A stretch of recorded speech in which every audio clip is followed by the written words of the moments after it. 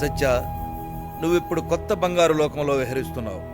నీ పక్కన పిడుగులు పడ్డా, ఈ ప్రపంచం తలకిందులైనా నువ్వు ప్రశాంతంగా ఉంటావు. ఈ అమరం జోగే ట్రీట్మెంట్ అలాంటిదయ్యా.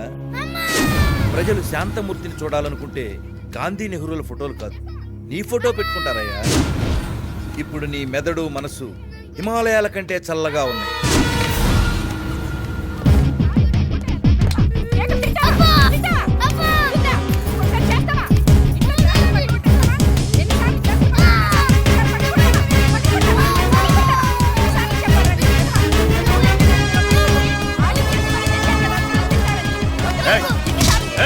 చిన్నపిల్లాన్ని గొడ్డును బాదినట్టు బాతున్నావే, నిన్ను బాస్తే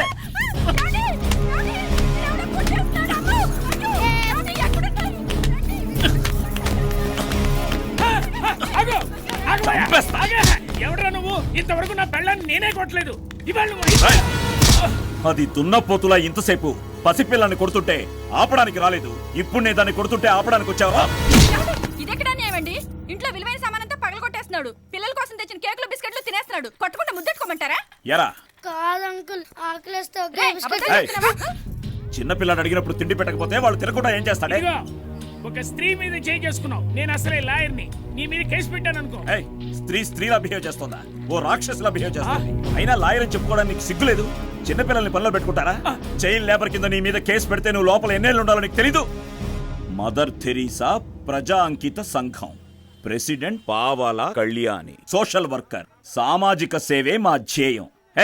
మదర్ తెరేసా అంటే మీకు ప్రమోటరా? చేస్తున్నవి దొంగ పనులు. దానికి గొప్ప గొప్ప వాళ్ళ ఫోటోలు పబ్లిసిటీకి వాడుకుంటారు. వాళ్ళ ఫోటోలు వాడుకున్నంత మాత్రాన వాళ్ళు చేసిన మంచి పనులు మీరు చేసినట్టు అవుతుందా?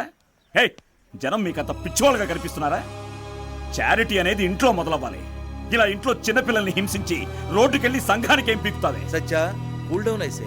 ఎలా సార్, ఎలా? ఇలా గొప్ప గొప్ప వాళ్ళ ఫోటోలంతా పబ్లిసిటీకి వాడుకుంటూ ప్రతి పనికిరాని వాడు దేశాన్ని దోచుకుంటుంటే చూస్తూ ఎలా సార్ కూల్ గా ఉండమంటారు? ఏదో నా ప్రొఫెషన్ ప్రకారం అన్నాను లేవయా.